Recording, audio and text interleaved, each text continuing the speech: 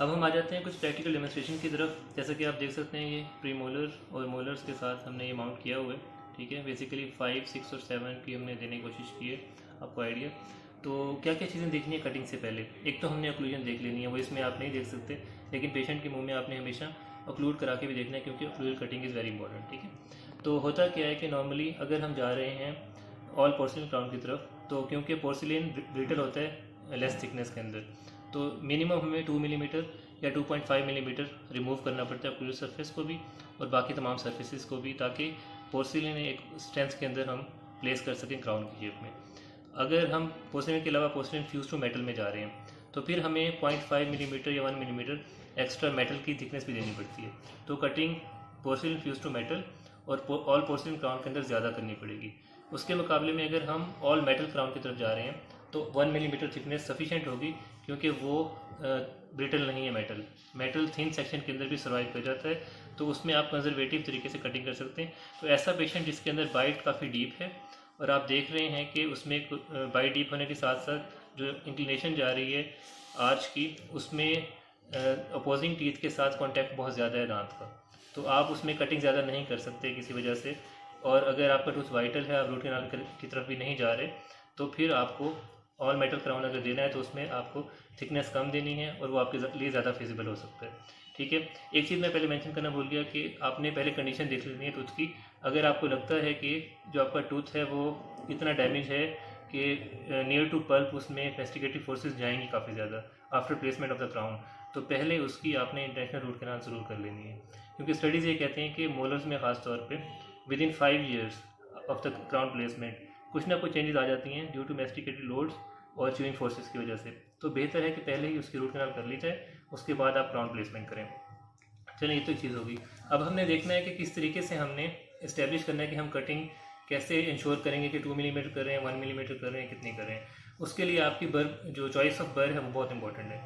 आपके पास एक रूलर होना चाहिए और आपको पता होना चाहिए कि आप जो भी बर अपनी यूज़ कर रहे हैं, जैसे कि आपके सामने एक सिलेंड्रिकल फिशर बर है विद अ फ्लैट एंड, तो आपको पता होना चाहिए इसकी थिकनेस कितनी है बर की, क्योंकि जब आप बर को यहाँ प्लेस करके कट करेंगे तो उसके मुताबिक ही कटिंग इंश्योर होगी। ठीक है, तो इसकी विड्थ आपको पता होनी चाहिए। एक अगर आपके पास रूलर हो जाए तो अच्छी बात है, उससे आप इसको मेजर कर सकते हैं और उसके मुताबिक फिर हम कटिंग को स्टार्ट करेंगे। मैं बताऊंगा किस तरीके से मज़ीद हम करेंगे। तो सबसे पहला स्टेप ये हो जाएगा, आपने चॉइस कर लेनी है अपने इंस्ट्रूमेंट की, साथ में आपने इसकी ऑक्लूजन देख लेनी है, एडजस्टमेंट के साथ इसका रिलेशन देख लेना है। ठीक है, एम्ब्रेजर्स देख लेनी है, हर चीज़ आपने पहले से देख लेनी है, उसकी हेल्थ आपने देख लेनी है, टूथ की हेल्थ जो हो गई। ठीक है, तो अब हम किस तरीके से इंश्योर करेंगे कि कटिंग हमारी प्रॉपर हो, उसको मैं आपको तरीका बताता हूँ। अब जैसे कि ये आप देखें, इसमें बर हमने प्लेस कर दिए, तो जो भी हम सरफेस करेंगे, हम ऑक्लूजल सरफेस से भी स्टार्ट कर सकते हैं, बकल से भी स्टार्ट कर सकते हैं, लिंगुअल से भी कर सकते हैं, प्रॉक्सिमल से भी कर सकते हैं, ये आपकी अपनी चॉइस है।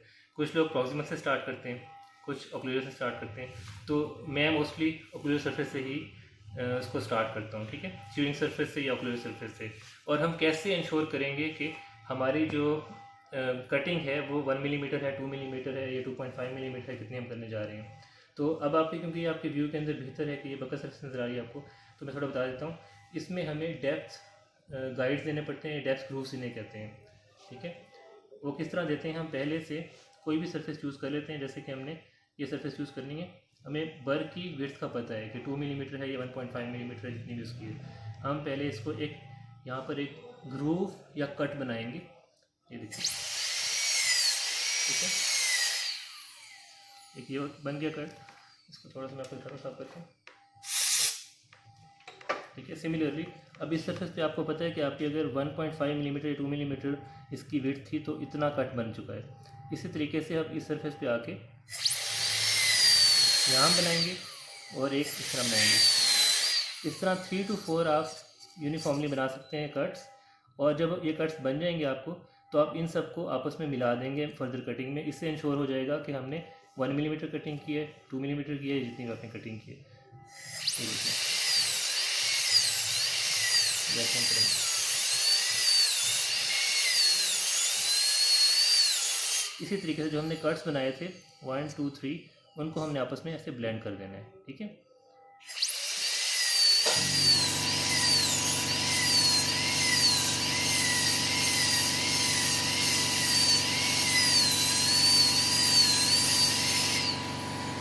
सारे प्रोसीजर के दरम्यान में हमने गम्स की जो हेल्थ है ना उसको भी हमें इंश्योर करना है। हमें एटलीस्ट 0.5 मिलीमीटर गम्स से ऊपर अपनी बर को रखना है।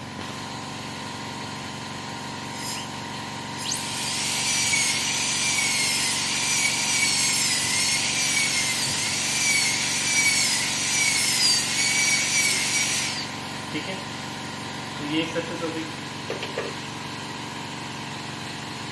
अच्छा, जैसे आपने देखा है कि हमने बकल सरफेस के ऊपर पहले डेप्थ ग्रूव्स बना के उनको हमने आपस में ब्लेंड कर लिया, तो उससे हमें यूनिफॉर्मली पता चल गया कि कितनी हमने कटिंग कर ली है। ठीक है।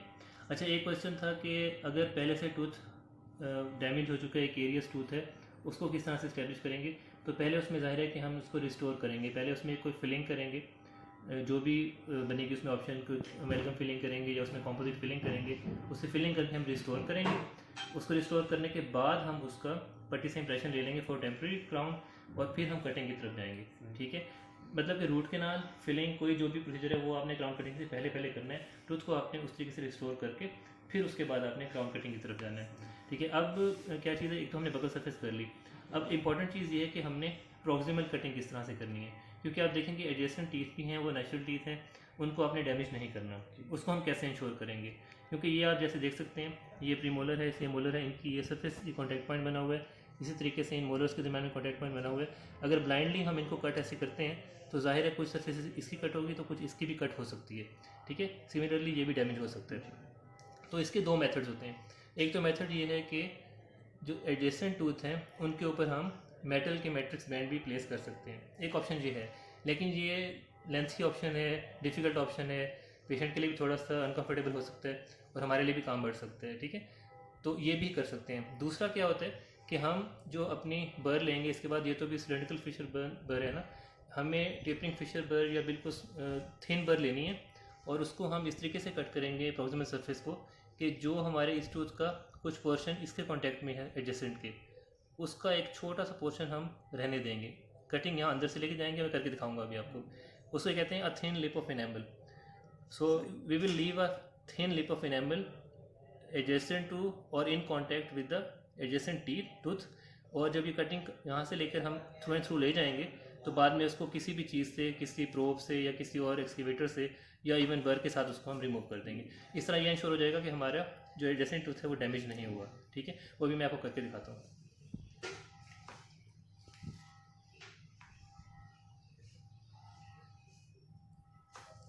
ठीक है, ये देखें बर हम ले रहे हैं, टेपरिंग फिशर बर है, थिन साइज़ के अंदर है, और अब हम कोशिश करेंगे कि एडजेसेंट टूथ को हम बचाएंगे। ठीक है,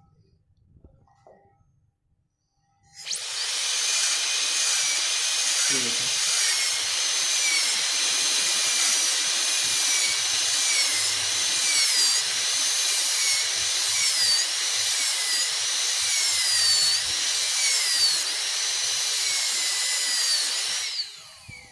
इसमें हमें थिन लिप ऑफ एनेमल हमने उसको छोड़ा था, लेकिन वो साथ ही उससे शेड ऑफ हो गया।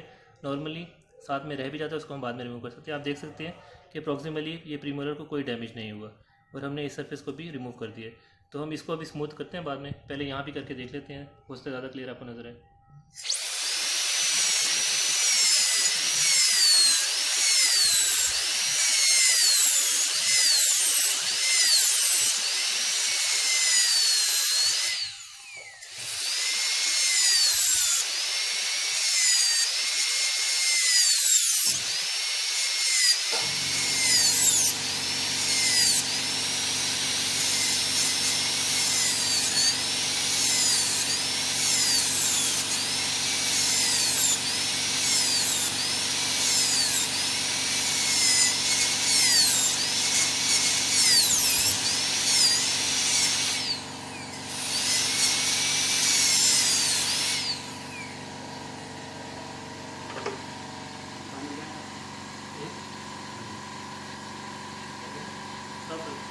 अच्छा, जैसे कि आप देख सकते हैं प्रॉक्सिमली हमने कट कर दिया। ठीक है, इसको यहाँ से प्रॉक्सिमली कट कर दिया। एक चीज़ मैं मेंशन करना भूल गया था, क्योंकि मैंने कोई इसको प्रॉपर्ली प्रिपेयर नहीं किया, क्लिनिकली आपको बता रहा हूँ। तो वो ये था कि कटिंग में एक चीज़ ध्यान में रखनी है। कटिंग टूथ की जब हम कट करेंगे तो हमने जैसे ही मॉर्फोलॉजी टूथ की है ना, नेचुरल टूथ की है, उसी तरीके से उसको हमने स्मॉल करना है साइज़ के अंदर। ठीक है, हमारा एम ये होना चाहिए। अगर तो हमने टूथ को रिस्टोर किया तो जाहिर है वो उस तरह से परफेक्शन नहीं होगी उसमें, लेकिन जिस तरह से ये टूथ आपको नज़र आ रहा है तो जो जिस तरीके से उसके कस्प जा रहे हैं, जिस तरीके से उसके एंगल्स हैं, आपने उसी तरीके से उसको रिस्टोर करना है और उसके टेपर को भी उसका ख्याल रखना है, क्योंकि अगर दांत बहुत छोटा हो गया साइज़ के अंदर तो उसकी रिटेंशन कम हो जाएगी क्राउन की, और अगर साइज़ में बड़ा रह गया जितना रिक्वायर्ड है उससे तो फिर फ्रैक्चर के चांस भी हैं और मतलब हाइपर ओक्लूजन में भी हो सकता है, और जो अंडर स्ट्रक्चर है इसका नीचे अबटमेंट का वो भी फ्रैक्चर हो सकता है, तो ये ख्याल रखना है। उसके अलावा क्या करना है, हमने जो जो टेपर है टूथ का उसको ख्याल करते हुए सिमिलर उन टेपर के अंदर ही कटिंग करना है, और एक्सेप्टेबल टेपर 20 डिग्री तक होता है, ठीक है। आइडियल हमें 6 to 7 डिग्री चाहिए, 10 डिग्री तक हो जाता है अचीव, लेकिन एक्सेप्टेबल 20 डिग्री तक है। तो आपने एंगुलेशन भर की जिस तरीके से आपका टूथ है नेचुरली उसी तरीके से उसकी एंगुलेशन रखनी है, और उसमें अंडर कट्स नहीं होने चाहिए, ठीक है। तो वो इसको इंश्योर आपने करना है, ठीक है। तो सिंपल वर्ड्स में क्या हो, जैसा आपका टूथ है नेचुरली उसी तरीके से वो छोटा हो जाए, हर तरफ से उसकी जो भी आपने थिकनेस लेनी है PFM की लेनी है या ऑल पोर्सन क्राउन की लेनी है या फिर अपने मेटल की लेनी है, वो थिकनेस आपने अचीव करनी है, लेकिन उसको साइज़ में उसी तरीके से यूनिफॉर्मली आपने छोटा करना है, ठीक है। तो अब ये प्रॉक्सिमल भी होगी सरफेस क्लियर दोनों तरफ से, ये हमने कर ली। अब हम ये कर लेते हैं और फिर ऑक्लूजल सरफेस की तरफ आएंगे। ऑक्लूजली भी हम इसको रिड्यूस करेंगे according to the required dimension इसकी, और फिर हम देखेंगे मार्जिन की तरफ। हमें जब भी पोर्सलिन देना है ना मार्जिन में, जैसे कि हमें बकली या फेशियली अक्सर पोर्सलिन देना पड़ता है एस्थेटिक्स को मेंटेन करने के लिए, तो वहाँ पर आपको शोल्डर मार्जिन देना पड़ेगा, ठीक है। और अगर आप जा रहे हैं पैलेटल सरफेस पे या लिंगुअल पे जो कि विजिबल नहीं है उस तरीके से एस्थेटिकली, तो वहाँ पर आप कंजर्वेटिव कटिंग करते हुए शैम्फर मार्जिन दे सकते हैं। और शोल्डर मार्जिन के लिए आपको सिलेंड्रिकल फिशर पर विद अ फ्लैट एंड चाहिए होगी जो 90 डिग्री तक अचीव करेगी, और इधर के लिए आपको विद अ राउंड एंड भी चल जाएगी, ठीक है। या टेपरिंग फिशर थोड़े से थिक साइज़ के अंदर भी चल जाएगी जो कि लेस देन 90 डिग्री एंगल आपको देगी, और शैम्फर मार्जिन मेटल में प्लेस कर सकते हैं, ठीक है। अब हम कंटिन्यू करते हैं कटिंग को।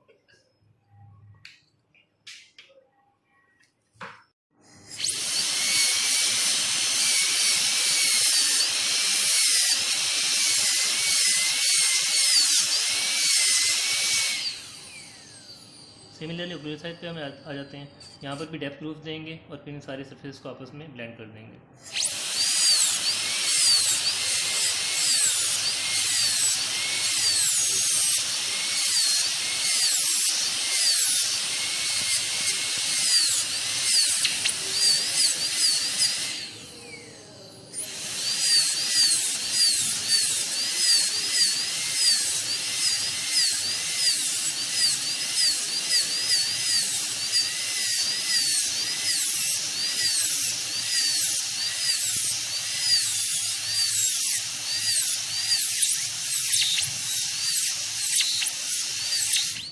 अच्छा, बर्ड्स आपने इंश्योर करना है कि आपके पास न्यू बर्ड्स हों, क्योंकि जो क्राउन कटिंग है ना उसके अंदर आपकी बर मुकम्मल अपग्रेड होकर ख़त्म हो जाएगी। अगर आप ओल्ड बर्ड्स यूज़ करें जैसे कि हम इस पर करें तो कटिंग करते हुए थोड़ी सी डिफ़िकल्टी आ सकती है इसमें, ठीक है। ये तो डेमोस्ट्रेशन पर्पज़ के लिए है ना, लेकिन क्राउन कटिंग के लिए आपको अपनी बर्ड्स का एक बॉक्स अलग से बनाना चाहिए।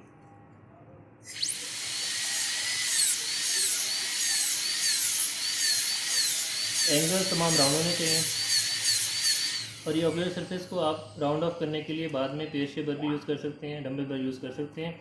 इवन कटिंग के लिए इस सरफेस के लिए भी आप फ्लेम शेप या डम्बल शेप को यूज़ कर सकते हैं। ये तमाम एंगल्स राउंड होने चाहिए। उसकी रीज़न क्या है, जब भी कास्टिंग होगी तो यहाँ पर मेटल फ्लो करेगा, अगर यहाँ पर शार्प एजेस रह जाएंगे तो वहाँ पर मेटल स्टे नहीं करेगा, वो यहाँ से फ्लो कर जाएगा, यहाँ पर वॉइड्स रह जाएंगे, और इस पोरोसिटी की वजह से यहाँ पर आपका जो स्ट्रक्चर है वो वीक हो जाएगा। ग्राउंड जब भी आपका बन कर आएगा तो उस सरफेस पे वो वीक होगा और बाद में वहाँ से डैमेज भी हो सकता है, ब्रेक हो सकता है, क्रैक हो सकता है वहाँ से। तो ये तमाम मार्जिन जो आपके हैं इनको आपने राउंड ऑफ एंड पे ज़रूर करना है।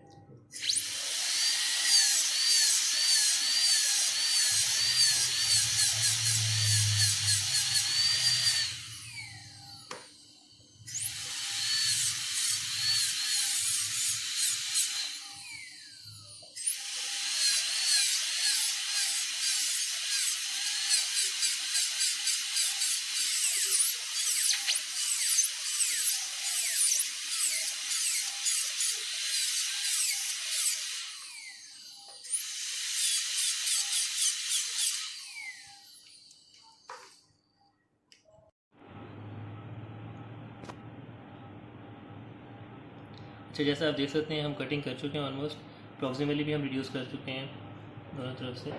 और बकली कर चुके हैं, ऑक्लूजली कर चुके हैं। अगर आप देखें ज़रा क्लोज़अप में तो ये आपको नज़र आ रहा होगा। मॉर्फोलॉजी को भी कोशिश की जितना हम मेंटेन कर सके हमने किया, और तमाम एंगल्स को राउंड किया हमने, ठीक है। मज़ीद भी इसमें यह है कि इस स्टेज के ऊपर आकर पेशेंट के टूथ को एक्लूड करा के हमने देखना होता है कि ऑक्लूजली कितनी रिडक्शन हो चुकी है, आइदर इट इज़ सफिशेंट और नॉट, ठीक है। इसी तरीके से प्रॉक्सिमली देखना होता है और हर तरफ से देख के फिर बकली हम मोस्टली PFM ग्राउंड्स के अंदर यहाँ पर शोल्डर मार्जिन देते हैं विद अ फ्लैट एंड बर, और लिंगुअली या पैलेटली हम शैम्फर मार्जिन के लिए देते हैं विद अ राउंड एंड बर, ठीक है। तो एक चीज़ अब बहुत इंपॉर्टेंट है जो कि अक्सर मिस हो जाती है, वो है concept of functional cusp level. जो फंक्शनल कस्प लेवल का कॉन्सेप्ट है वो बहुत इंपॉर्टेंट है। वो क्या चीज़ है, वो इस तरीके से आपने पढ़ा होगा बुल्स लॉ के अंदर कि अपर जो टीथ हैं हमारे उनमें पैरेलल सरफेस और लोअर की जो बकल सरफेस है वो आपस में ऑक्लूड करती है आगे, ठीक है। उसकी वजह से क्या होता है, वहाँ पर फोर्सेस ज़्यादा पड़ती हैं। ये भी हम देख सकते हैं। उसके अलावा और कंडीशन में भी हर पेशेंट का अपना भी हो सकता है, उससे ऑक्लूजन डिस्टर्ब भी हो सकती है, उसकी वजह से हो सकते हैं उसके बकल कस्प भी आपस में मिलते हों या सेंट्रल फोसा पे जाके ज़्यादा वो मिलता हो। तो जो बुक का रूल है वो क्या है कि अपर के पैलेटल और लोअर के बकल कस्प जब आपस में जहाँ पर ज़्यादा मीट करते हैं, जहाँ पर फोर्सेस ऑफ मैस्टिकेशन ज़्यादा जनरेट होंगी, तो वहाँ पर उसे कहते हैं फंक्शनल कस्प, ठीक है। तो वहाँ पर एक हमें बेवल देना पड़ता है। हमें एक बर लेकर, कोई भी सिलेंड्रिकल फीचर बर ले लें, या फिर अगर ज़्यादा बेहतर है कि हम टेपरिंग फीचर पर लेकर कर सकते हैं, जैसे कि बेवल नॉर्मली हम कंपोजिट में देते हैं, तो वहाँ पर रख के हमें थोड़ी सी सरफेस ज़्यादा रिड्यूस करनी पड़ती है, उसको एक बेवल देना पड़ता है जिसे हम कहते हैं फंक्शनल कस्प बेवल। उसका होगा क्या, उससे ये होगा कि बाकी सर्फेसिस के ऊपर जितनी भी थिकनेस में पोर्सिलेन आएगी तो उस सरफेस के ऊपर थिकनेस थोड़ी सी ज़्यादा होगी। तो जब वहाँ पर आके टूथ ऑक्लूड करेंगे, बार बार च्यूइंग के अंदर आएंगे, मेस्टिकेशन में आएंगे, खाने के अंदर आएंगे, तो वहाँ थिकनेस ज़्यादा होगी और उसका ब्रेक होने का, क्रैक होने का चांस मिनिमम होगा, ठीक है। तो मैं थोड़ा सा आपको करके दिखा देता हूँ। जैसे कि हमने ये बर ली हुई है, तो हम अब यहाँ बेवल देना चाह रहे हैं ना, तो हम थोड़ा सा ऐसे बेवल देंगे, ठीक है। देख रहे हैं अब इस सरफेस की थिकनेस मटेरियल की ज़्यादा आएगी क्योंकि यहाँ पर कटिंग थोड़ी सी ज़्यादा हुई है, ये देखिए, ठीक है। तो इस कटिंग ज़्यादा होने की वजह से मटेरियल की थिकनेस यहाँ पर बाकी सरफेस की निस्बत ज़्यादा आएगी। तो जब यहाँ पर दांत बार बार टकराएंगे आपस में और फोर्सेस जनरेट होंगी मैस्टिकेशन की, तो उसको बेयर करने की कैपेसिटी भी इसमें ज़्यादा होगी। तो इसे हम फंक्शनल कस्प बेवल कहेंगे। तो एट द एंड हम क्या करेंगे, फिर हम इनकी मार्जिन्स को रिस्टोर करेंगे, यहाँ पर मार्जिन बनाएंगे, और उसके बाद हम जो हमने पहले टेम्पोराइजेशन की थी, हमने पट्टी से जो भी इम्प्रेशन लिया था, वहाँ पर आप कॉम्पोजिट जो कोई मटेरियल डाल के उस पर प्लेस करेंगे। और उससे क्या होगा कि क्योंकि वहाँ पर बिफोर कटिंग जो उसकी एनाटमी है वो हमने मेंटेन की थी, तो सिमिलरली बिल्कुल एग्जैक्टली वो टेम्परेरी राउंड बन के हमारे सामने आ जाएगा। उसमें हमें माइनर एडजस्टमेंट करनी पड़ेगी, कोई मटेरियल फ्लो होगा उसको हम रिमूव कर देंगे, और उसमें होपफुली ऑक्लूजन बिल्कुल ही सरफेस बिल्कुल स्मूथ आएगी और अकॉर्डिंग टू द ऑक्लूजन आएगी, और पेशेंट को हम वो भेज देंगे। उसके बाद जब क्राउन बन के आएगा तो उसको रिमूव करके हम क्राउन इस पर प्लेस कर देंगे, ठीक है। तो उम्मीद है कि आपको आज की वीडियो अच्छी लगी होगी, और मज़ीद भी इसमें हो सकता है हमने काफ़ी चीज़ें छोड़ी हों, क्योंकि ये एक रैंडम वीडियो है, और मैं कोशिश करूँगा जो चीज़ें आज रह गई हैं उनको दोबारा से आपके सामने लेकर आऊँगा। आपके जहन में कोई भी क्वेश्चन आता है आप ज़रूर कमेंट्स में उसको शेयर कीजिएगा, ताकि हम अपने आप को भी इम्प्रूव कर सकें और आपको भी हम बता सकें जितना हमारा नॉलेज है। Thank you very much. Allah हाफ़िज़।